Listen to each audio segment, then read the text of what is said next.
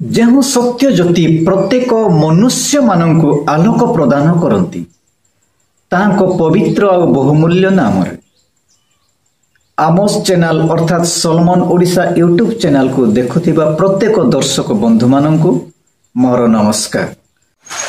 ମୁଁ ଆଜି ଆପଣମାନଙ୍କ ନିକଟକୁ ବାକ୍ୟ ନେଇ ଆସିଅଛି। ଆସନ୍ତୁ ବନ୍ଧୁମାନେ, ଆଜିର ମଧ୍ୟ ଆମମାନେ ଶିକ୍ଷାକୁ ଧ୍ୟାନ କରିବାକୁ ଯିବା। ଆଜିର ପ୍ରସଙ୍ଗ ଆପଣମାନଙ୍କ ସମ୍ମୁଖରେ ମୁଁ ରଖିବାକୁ ଚାହିଁବି। ମନୁଷ୍ୟକୁ ସନ୍ତୁଷ୍ଟ କଲା ପରି ଦୃଷ୍ଟି ଆଗରେ ତାହା କର ନାହିଁ। ମନୁଷ୍ୟକୁ ସନ୍ତୁଷ୍ଟ କଲା ପରି ଦୃଷ୍ଟି ଆଗରେ ତାହା କର ନାହିଁ। ଯାହାକି ଆପଣମାନେ ପାଇପାରିବେ। ଆପଣମାନେ ନିଜ ଘରେ ମଧ୍ୟ ଯଦି ବାଇବେଲ ଅଛି ଆପଣମାନେ ପଢ଼ିପାରିବେ। ଏଫେସୀୟ ପୁସ୍ତକ 6 ଅଧ୍ୟାୟ 6 ପଦରେ ତାହା ଲେଖାଯାଏ, ମନୁଷ୍ୟକୁ ସନ୍ତୁଷ୍ଟ କଲା ପରି ଦୃଷ୍ଟି ଆଗରେ ତାହା କରୁନାହିଁ। ଏହିପରି ଲୋକମାନେ ମଧ୍ୟ ଅଛନ୍ତି। ଆସନ୍ତୁ ପ୍ରସଙ୍ଗର ବାକ୍ୟକୁ ଧ୍ୟାନ କରିବା। Late start.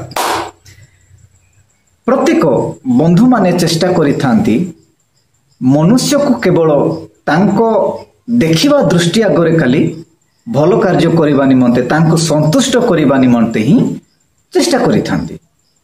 କିନ୍ତୁ ହଁ ବନ୍ଧୁମାନେ, କିନ୍ତୁ ସେମାନେ କ'ଣ କରିଛନ୍ତି ନା ଭିତରେ କାର୍ଯ୍ୟ ସେମାନଙ୍କର ଗୋଟିଏ ଭିନ୍ନ ପ୍ରକାର ରହିଥାଏ। ମାନେ ସେହି ପ୍ରକାର ଭିନ୍ନ ପ୍ରକାର ରହିବା ନିମନ୍ତେ ଆମମାନଙ୍କର ବାକ୍ୟ ଯାହାକି ବାଇବଲ ଆମମାନଙ୍କୁ ପ୍ରକାଶ କରେ ନାହିଁ। କିନ୍ତୁ ଆପଣମାନେ ଜଗତରେ ଦେଖିବେ ହିଁ ଦେଖିବେ ଯେ ଲୋକ ଦେଖାଣିଆ ହିଁ କାର୍ଯ୍ୟ ଅଧିକ କରିଥାନ୍ତି। ମାନେ ଲୋକକୁ ସନ୍ତୁଷ୍ଟ କରିବା ପରି, କିନ୍ତୁ ତାହାଙ୍କର ଗୁପ୍ତର କାର୍ଯ୍ୟ ସେମାନଙ୍କର ଏକ ଭିନ୍ନ ପ୍ରକାର ମଧ୍ୟ ରହିଥାଏ। ହଁ ପ୍ରିୟ ବନ୍ଧୁଗଣ, ଆପଣମାନେ ମଧ୍ୟ ନିରୀକ୍ଷଣ କରି ଜାଣିପାରୁଥିବେ ଯେ ଆପଣଙ୍କ ଦୃଷ୍ଟିରେ କାର୍ଯ୍ୟ ଭିନ୍ନ ପ୍ରକାର ଥିବ, ଆପଣମାନଙ୍କ ଅନୁପସ୍ଥିତିରେ ସେମାନଙ୍କର କାର୍ଯ୍ୟ ଭିନ୍ନ ପ୍ରକାର। ଯାହାକି ଲୋକମାନେ କ'ଣ କହନ୍ତି ନା ଉପରେ ଦେଖାଣିଆ କାର୍ଯ୍ୟ କରିକି ଭିତରେ ଚେର କାଟିବା କାର୍ଯ୍ୟ ମଧ୍ୟ ଲୋକମାନେ କରିଥାନ୍ତି। କିନ୍ତୁ ବାକ୍ୟ ମାନଙ୍କୁ କହେ ଯେ ଭାଇମାନେ ସାବଧାନ, ଏହି ପ୍ରକାର ଈଶ୍ୱରଙ୍କର ଦାସମାନଙ୍କ ସଦୃଶ। ବାକ୍ୟ ଏହି ପ୍ରକାର କୁହେ ନାହିଁ। କ'ଣ ବାକ୍ୟ ମାନଙ୍କୁ କ'ଣ କୁହେ? ଖ୍ରୀଷ୍ଟଙ୍କର ଦାସ ପରି ଅନ୍ତର ସହ ତାହାଙ୍କର ପ୍ରେମର କାର୍ଯ୍ୟ କର ବୋଲି ବାକ୍ୟ ମାନଙ୍କୁ କହେ। ମାନେ ଅନ୍ତର ସହ, ମାନେ ଆପଣମାନେ ହୃଦୟରେ ଯେପରି ପ୍ରେମ ପ୍ରକାଶ କରିଛନ୍ତି ଆଉ ବାହାରେ ମଧ୍ୟ ସେହି ପ୍ରକାର ପ୍ରେମ ପ୍ରକାଶ କର। ଏହି ପ୍ରକାର ଅନେକ ପରିବାରରେ ମଧ୍ୟ ଉପୁଜିଥାଏ। କ'ଣ? ବିଶେଷ କରି ସ୍ୱାମୀ ସ୍ତ୍ରୀ ମାନଙ୍କ ମଧ୍ୟରେ ବି ଏହି ପ୍ରକାର ଭାବ ରହିଥାଏ। ଉପରେ ଗୋଟେ ପ୍ରେମ, ତାଙ୍କୁ ଦେଖାଣିଆ ପ୍ରେମ, ଆଉ ଭିତରେ ଅଲଗା ପ୍ରକାର ମଧ୍ୟ ପ୍ରେମ। ଉପରେ ଦେଖାଣିଆ କ'ଣ କରିଥାନ୍ତି? ସନ୍ତୁଷ୍ଟ କଲା ପରିଆ କାର୍ଯ୍ୟ, ଆଉ ଭିତରେ ଅଲଗା ପ୍ରକାର ମଧ୍ୟ କାର୍ଯ୍ୟ ରହିଥାଏ। କାହିଁକି ରହୁଛି? ଏହି ପ୍ରକାର ରହିବା ଦ୍ୱାରା ଆଗାମୀ ଦିନ ମାନଙ୍କରେ କ'ଣ ହୋଇଥାଏ ନା ବିଶୃଙ୍ଖଳା ସୃଷ୍ଟି ହୋଇଥାଏ। ଏହି ପ୍ରକାର ପଡ଼ୋଶୀକୁ ମଧ୍ୟ ନିଜ ପରିବାରର ଉପର ଘର ହଉ ତଳ ଘର ହଉ, ମାନେ ତାଙ୍କୁ ଦେଖିଲା ଭଳିଆ ପ୍ରେମ ଟିକେ ଅଲଗା, ଆଉ ତାଙ୍କୁ ନ ଦେଖିଲା ଭଳିଆ ପ୍ରେମ ଅଲଗା। ଏହି ପ୍ରକାର କରିବା ଆମ୍ଭମାନଙ୍କର ଏଇଟା ବି କ'ଣ ହଉଛି ନା ଗୋଟେ କୁକାର୍ଯ୍ୟ, ମାନେ ଖରାପ କାର୍ଯ୍ୟ। ଏହି ପ୍ରକାର ଖରାପ କାର୍ଯ୍ୟ କରିବାକୁ ମଧ୍ୟ ବାଇବଲ ଆପଣମାନଙ୍କୁ ମୋତେ ମଧ୍ୟ ନିଷେଧ କରୁଅଛି।